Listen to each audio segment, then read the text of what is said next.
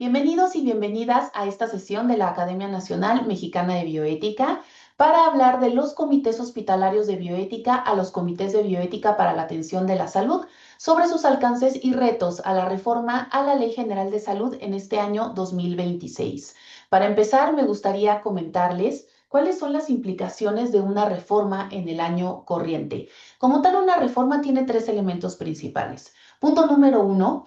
su definición, que hace referencia a una modificación formal al texto legal vigente, que en este caso se realizó por parte de las autoridades legislativas competentes, en donde se puede adicionar, derogar o cambiar disposiciones existentes. Su objetivo general es actualizar el marco jurídico para responder a nuevas demandas y a nuevos fenómenos sociales que, por ejemplo, en este caso se dan en el ámbito de la salud, manteniendo la coherencia del sistema legal. Aquí es importante recordar que a lo largo de la historia en nuestro país y en el mundo, por supuesto, es el derecho quien se va adaptando a los cambios sociales y quien se va adaptando pues a estas nuevas disposiciones, a estos nuevos fenómenos que, como ya les decía hace algunos segundos, en este caso en particular se realizan a la Ley General de Salud. Una vez publicada y entrada en vigor cualquier reforma, esta va a ser obligatoria y exigible, además de que requiere adecuaciones institucionales para su correcta aplicación. En breve vamos a entrar de lleno a el tema que hace referencia a la bioética como interdisciplina y cómo ya la idea que se tiene a partir de esta reforma es que analice todo lo que tiene que ver con la atención a la salud. No solamente hablamos del acto médico y de la atención hospitalaria, sino también, por ejemplo, lo que tiene que ver con los temas administrativos, con los temas sociales, es decir, esa imagen que se da del cuidado a la salud de manera integral hacia la población mexicana. ¿Cuál es el contexto normativo que tenemos en el tema del día de hoy en esta sesión? Punto número uno, ubicar esta nueva reforma que se publica el 15 de enero de 2026 y que el aviso por medio de la Comisión Nacional de Bioética señala que todas estas disposiciones entran en vigor al día siguiente, es decir, el 16 de enero de 2026, y en donde se van a hacer modificaciones sustanciales de los tres tipos que habíamos señalado en la diapositiva anterior, de los artículos 41 bis y 98 bis, específicamente cuando estamos hablando de comités hospitalarios de bioética, para pasar a comités de bioética para la atención a la salud. ¿Cuál es la motivación de la reforma? ¿Qué fue lo que han observado los legisladores y el personal de salud en general para que precisamente se deseara generar un cambio en todas las disposiciones legales que se tienen en la Ley General de Salud que hacen referencia a los comités hospitalarios de bioética? Punto número uno, se señala y se hace referencia a las limitaciones del modelo hospitalario previo, que en lo personal yo, por supuesto, lo ubico un poco más como esta evolución natural que se tiene a lo largo de la historia y a lo largo de los años, cuando tenemos pues un modelo hospitalario tanto público como privado. Además, no tenemos que dejar de considerar las herramientas diferentes que tenemos ahora, en este año, el año pasado, incluso desde la pandemia, y estoy, por supuesto, hablando de manera concreta de inteligencia artificial y también un sinnúmero de avances en la tecnología que están relacionados con el modelo de atención hospitalaria que se da en México. Por otro lado, con todo este progreso, con todos estos avances y todas estas modificaciones que podemos observar, pues también tenemos como consecuencia directa una cobertura ética insuficiente, es decir, una cobertura ética que esté ya plasmada en la ley. Porque si nosotros nos vamos a este tema sobre valores, incluso sobre el ex artis que hace referencia a la bioética como interdisciplina y a sus múltiples corrientes, pues por supuesto que tenemos vasta información. Pero aquí es importante tomar en consideración que lo que se necesita y lo que se quiere es que esto esté plasmado en la ley, en este caso en la Ley General de Salud. Además, con todo esto que ya comentamos, pues se evidencia una necesidad de fortalecer la atención a la salud, como les digo, eh, en un amplio espectro, no solamente en el acto médico y no solamente con el personal de salud que está de manera constante o en un primer momento en contacto con el paciente y con sus familias. sino también todos los demás. Es decir, y por ejemplo, no solamente médicos cirujanos, sino también odontólogos, psicólogos, otras especialidades que son menos comunes o que hacen referencia al tercer nivel de atención a la salud. También pienso, por ejemplo, en fisioterapeutas, en el personal de enfermería, paramédicos, etcétera, etcétera. Y sin olvidar, también, no es menos importante, el personal administrativo que se encuentra en los hospitales. Y es que si nosotros analizamos un poquito más a fondo, nos damos cuenta que el sistema de salud se compone de todos y cada uno de estas personas, de este personal, no solamente del médico o ya sea hombre o mujer. Siempre estamos expuestos y expuestas a tener este contacto y esta interacción directa con un sinnúmero de personas que forman parte de la atención a la salud y que por supuesto pues esto puede generar ciertos bemoles que pueden ser analizados para emitir recomendaciones a la luz de comités hospitalarios de bioética. A partir de hoy, comités de bioética para la atención de la salud. Y esto implica un cambio conceptual y operativo. Ya analizamos por qué vamos de solo comités hospitalarios, es decir, de manera conceptual que solo existan en los hospitales, a comités de bioética para la atención a la salud. Cualquier lugar que se dedique a la atención a la salud de los mexicanos y las mexicanas va a necesitar poseer en funcionamiento y en registro ante la Comisión Nacional de Bioética un comité de bioética para la atención a la salud. Además, pues por supuesto tenemos otros cambios operativos importantes que vamos a hablar a continuación. Ahora, en una primera instancia, todavía teniendo en mente este cambio conceptual, la cobertura del Comité de Bioética para la Atención a la Salud, pues por supuesto que se expande. Vamos del primer nivel de atención al segundo, pero también al tercer nivel de atención. Recordando que en el primer nivel de atención estamos hablando de consulta general, por supuesto, en donde pues hay muchísimo más contacto con la población en general. Ya en el segundo nivel tenemos muchas especialidades médicas que siguen siendo más accesibles a la población, pero que sí implican muchísimo más desarrollo técnico, intelectual y de capacitación del personal que se encuentra ahí. Y ya después el tercer nivel de atención que hace referencia a otras especialidades que sí van a necesitar muchísima más formación para dar una atención muchísimo más especializada. En un primer momento, por ejemplo, en el primer nivel de atención a la salud, pues estaríamos hablando básicamente de consultorios de medicina general. Antes, antes de esta reforma, no se exigía que en estos lugares o en estos centros de atención, pues se tuviera algún tipo de injerencia desde la parte de la bioética, que pudiera analizar ciertos dilemas, analizar ciertos desafíos en la atención a la salud y por lo tanto generar recomendaciones. Con esta reforma se habla de que en el primer, segundo y tercer nivel sí deben de existir estos comités. Entonces, obviamente vamos a necesitar muchísimos más especialistas que se dediquen a nuestra interdisciplina para poder abarcar todos los niveles de atención a la salud. Ahora, hablando de estas funciones o de estos elementos operativos de los comités de bioética para la atención a la salud, se habla, por ejemplo, de aprender a diferenciar lo que es un problema ético, un conflicto médico y un dilema bioético. Porque en efecto, no todo conflicto es un dilema bioético. Desde nuestra interdisciplina, incluso para las personas que ya hemos formado parte de comités hospitalarios de bioética, pues nos damos cuenta que muchas veces no abordamos dilemas, abordamos problemas y conflictos que incluso no llegan a ser de los propios pacientes, sino del médico en cuestión,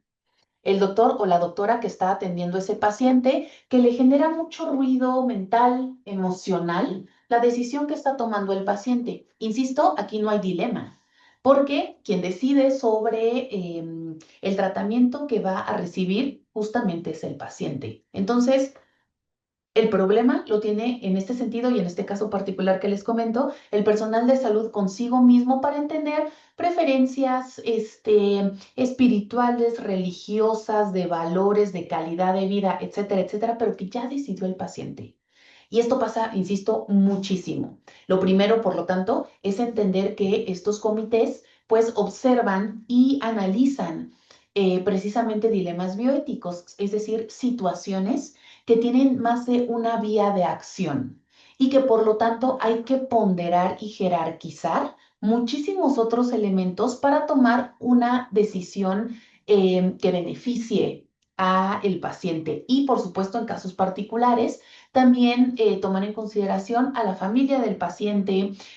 a las personas que sin ser familiares acuden con el paciente, pero también al personal de salud. Como les digo, esta correcta identificación pues ha sido clave y ahora, por supuesto, desde el punto legal, obligatoria. Ahora bien, ya identificando esta situación, pues una de las principales funciones es el análisis de dilemas clínicos y de dilemas que impliquen situaciones bioéticas, que tengan que ver con valores para el apoyo a la toma de decisiones complejas en situaciones que abarcan muchísimo más allá que una situación o un solo elemento y que por lo tanto, es que de ahí viene el término de complejidad. Algo complejo es algo que se compone de muchos elementos no solamente de uno, y pues esto obviamente va a, pues a complicar, ¿no? Estas decisiones, porque en efecto, pues la conducta humana no es, digamos, una ecuación lineal que nosotros podamos resolver, sí depende de muchas situaciones. Por ejemplo, una misma enfermedad a un paciente le puede generar mucho dolor fisiológico, pero no precisamente sufrimiento emocional y viceversa. Esa misma enfermedad a otro paciente le puede generar mucho sufrimiento emocional, aunque no haya tanto dolor físico. Y como les digo, depende mucho de otros factores, incluso de la economía, de el país en ese momento en especial, pero también de la familia del mismo paciente, etcétera. Además, uno de los principales elementos que se están señalando como una función principal de los comités de bioética para la atención a la salud es que se funja como un espacio de deliberación ética, que esto de alguna manera subraya todas las características que tiene la interdisciplina de la que estamos hablando, es decir, la bioética. Se necesita entonces un trabajo y una mentalidad interdisciplinaria con un auténtico trabajo en equipo para poder deliberar, para poder analizar en lo personal, pero comunicarlo de manera asertiva, para que entonces en equipo se puedan emitir recomendaciones que apoyen a la toma de decisiones. Entonces, ¿qué es lo que señala este comunicado que nos ofrece la Comisión Nacional de Bioética en cuanto a la normatividad del artículo 41 bis de la Ley General de Salud? Se señala como punto número uno que va a haber o va a existir un nuevo diseño normativo de los comités con funciones explícitas, bien señaladas, que no sean subjetivas, en donde una composición interdisciplinaria de estos comités sea completa y totalmente obligatoria, ¿de acuerdo? Esto, pues, desde mi punto de vista, creo que es un avance muy importante. Muchos comités hospitalarios de bioética en la actualidad están compuestos de únicamente licenciados en médicos cirujanos con su consecuente especialidad en medicina, pero lo que quiero decirles es que todos son médicos, hombres y mujeres que estudiaron medicina y por lo tanto no existen de otras profesiones que estén o no relacionadas directamente con las ciencias de la salud, pero por ejemplo, muchas veces en otros comités que sí están conformados de manera interdisciplinaria, también se tiene a un representante de alguna sociedad religiosa, pero también a un economista, a una abogada, etcétera, etcétera, precisamente para nutrir esta deliberación y que se pueda ver desde todos los puntos de vista posibles y tener recomendaciones realmente enriquecedoras. Y con esta diversidad disciplinar también se busca algo muy importante que está dentro de la agenda del gobierno a partir desde hace varios años, que es el equilibrio de género. Además de que todas estas personas tengan una formación en bioética y hablan de una formación pues completa y digamos formal académicamente hablando. Muchas de las personas que también el día de hoy forman parte de estos comités tomaron tal vez un curso, un taller, una plática que funcionó como capacitación y listo. Sí se habla de algo un poquito más prolongado, tal vez un diplomado, si acaso, y si es posible, por supuesto, algún tipo de posgrado, etcétera. Ahora bien, estos son los elementos que tenemos hasta ahorita y quiero centrarme en el tema de equilibrio de género y formación en bioética. Nos dicen en este momento el qué se va a hacer y el qué se necesita que tengan los comités, pero no se dice el cómo. Es por eso que necesitamos pues ser pacientes y por supuesto esperar a las disposiciones que nos den las autoridades de nuestro país para que precisamente aterricemos el cómo y vayamos avanzando en estas modificaciones. ¿Cuáles son los retos actuales que se tienen al respecto de estas nuevas adecuaciones que se exigen? Punto número uno, que ya existe una sobrecarga laboral en el ámbito hospitalario de nuestro país. Además de que, pues no hay que perder de vista que las personas externas, bueno, externas e internas de los hospitales, que formamos parte de los comités hospitalarios de bioética hoy, pues trabajamos, es un puesto honorario, ¿de acuerdo? Con esto quiero decirles que pues sabemos que no hay un sueldo, lo cual hace todavía un poco más complejo la disposición, sobre todo de tiempo que nosotros podamos tener para realizar todas estas adecuaciones. Además de que muchas veces hay falta de apoyo administrativo porque pues los comités pueden ser vistos sí como un apoyo, muchas veces como parte de la capacitación a nivel hospitalario, pero también pueden ser vistos como un órgano persecutorio de las decisiones clínicas que se toman. Y eso hace que las recomendaciones y los miembros de los comités se desgasten. Lo que yo en lo personal observo como otro objetivo que se puede observar entre líneas de estos nuevos comités de bioética para la atención a la salud es que todo esto se pueda trabajar, identificar, visibilizar estos tres elementos que tenemos en la diapositiva y por lo tanto se puedan reducir, que tengamos un manejo muchísimo mejor administrativamente, con el apoyo necesario, porque haciendo obligatorias todas estas disposiciones, pues tenemos pues un carácter vinculante, ¿no? Sí o sí se tiene que realizar todas estas adecuaciones para que entonces podamos funcionar mejor. ¿Qué nos implica? ¿Un esfuerzo? Sí, pero pues vamos a abonar muchísimo a fortalecer a lo que dice nuestro derecho humano de acceso a la salud en nuestro país. Ahora bien, ¿cuáles son, por otro lado, los riesgos de la implementación de estas nuevas disposiciones? Punto número uno, como les decía, que sí se formalicen todas estas nuevas características y todos estos nuevos elementos que se exigen, pero que no exista como tal un impacto real. Es decir, que solo lo tengamos en papel, pero que en el funcionar y en el día a día, pues, por ejemplo, no sepamos cómo sesionar, no sepamos cuántos miembros o de qué especialidades o de qué carreras o de qué licenciaturas tienen que ser las personas, cómo exigir esos estudios de bioética que les comentaba, si vamos a seguir a través de, no sé, tal vez un diplomado o si acaso una especialidad o algo más, ¿no? Una maestría, un doctorado en bioética. Y que incluso esto nos orilla a perder cierta legitimidad de frente a las decisiones a nivel de atención a la salud que tenemos hoy en día. Esto siempre ha sido una situación, siempre ha sido un problema, el hecho de que para empezar, pues muchas personas y miembros del personal de salud sigan ignorando lo que significa la bioética y para qué funciona. Entonces, bueno, esto tendríamos que de alguna manera mantenerlo muy firme,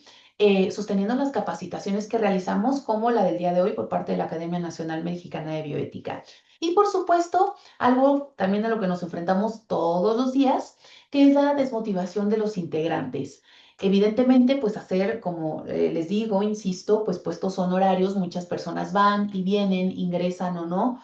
o se salen de un momento a otro de estos comités, pues precisamente porque no existe un honorario, una remuneración económica que pues apoye a la constante capacitación, pero también a la constante presencia, ya sea física o virtual, para la deliberación en estos comités. Ahora bien,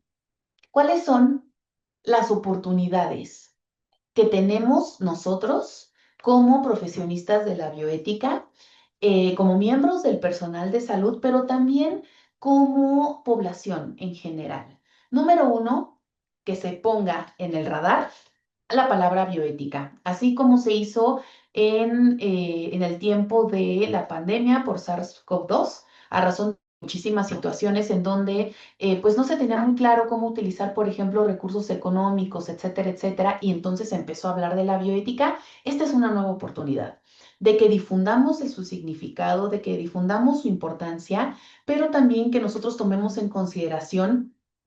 lo necesaria que es para la práctica clínica, pero también para la vida diaria. Y que entonces se reconozca la dignidad de los pacientes y también del personal de salud. Se ha dejado afuera de la ecuación al personal de salud, hablando, por ejemplo, de el duelo, la judicialización del conflicto que puede llevar a cabo cualquier paciente, pero muchas veces no se habla de la parte del personal de salud que también vive todos los días. Por ejemplo, el burnout, la indefensión aprendida, tal vez algunos otros síntomas de depresión, ansiedad, consumo de sustancias, etcétera, etcétera. Además de que esto nos va a dar herramientas, y ya las está dando, para aprender a realizar un diálogo interdisciplinario, no un discurso, no una narrativa simple, sino un diálogo en donde hay un intercambio de ideas y en donde a través de la escucha activa y la atención plena, todos los miembros de este tipo de comités eh, podamos establecer una misma metodología independiente a nuestra formación para analizar un fenómeno complejo, que en este caso sería un dilema bioético. Aquí, pues, yo pido encarecidamente que tomemos siempre en cuenta que es muy importante que con estas nuevas herramientas nosotros eh, evitemos la práctica profesional defensiva. Esto también forma parte de la bioética. En algunas sesiones pasadas en otros espacios académicos tuve la oportunidad de escuchar incluso ciertos tips o ciertas indicaciones que daba personas que estudiaron derecho sobre, por ejemplo, qué poner, qué no poner en un expediente clínico, etcétera, etcétera, ¿no? Con tal de evitar que el paciente tomara la decisión de judicializar el conflicto. Y pues bueno, con estas prácticas y muchas otras hacen referencia a una práctica profesional defensiva, lo que desde luego va a deshumanizar y a retirar la empatía de la interacción humana que estamos teniendo en todos los ámbitos que tienen que ver con la salud de las personas. Y es por eso que la bioética nos va a ayudar como un puente de que de comunicación, de actuación, de deliberación, de comunicación, etcétera, para que podamos abonar herramientas y desarrollar habilidades para una toma de decisiones en situaciones complejas. ¿Cuáles son las conclusiones que me gustaría que nos lleváramos todas y todos al respecto de estas reformas? Que si bien en esta presentación en particular hablamos de estas modificaciones que se hacen en los comités hospitalarios de bioética, ya próximamente también hablaremos de las modificaciones que se están solicitando a los comités de ética en investigación, que ahora serían comités de ética e investigación. Y pues lo que genera pues esta fusión de ambos comités que existen en la actualidad. Como punto número uno, la reforma abre un nuevo horizonte, en donde sí se implica un reto, no solamente institucional, sino también personal, de calidad humana y de formación desde el pregrado, pero esto nos brinda entonces una oportunidad eh, que podemos identificar de manera pues muy tangible, ¿no? Para, como les digo, ponderar a la ética a la ética en la práctica médica y a la bioética en el escenario clínico. Entonces, por supuesto que tenemos mucho trabajo por hacer, pero también mucha responsabilidad. Y yo invito a todas las personas que nos están viendo en esta sesión a que realmente podamos hacerlo con toda la humanidad del mundo, que pongamos en el escenario y pues todos nuestros valores y todas las energías que tenemos para acatar estos nuevos ordenamientos, pero acatarlos también como algo que implica un apoyo y una ayuda integral para el desarrollo y el cuidado de la salud de los y las mexicanas. Muchísimas gracias y si alguien tiene alguna duda o algún comentario adicional, los escuchamos en nuestros canales oficiales.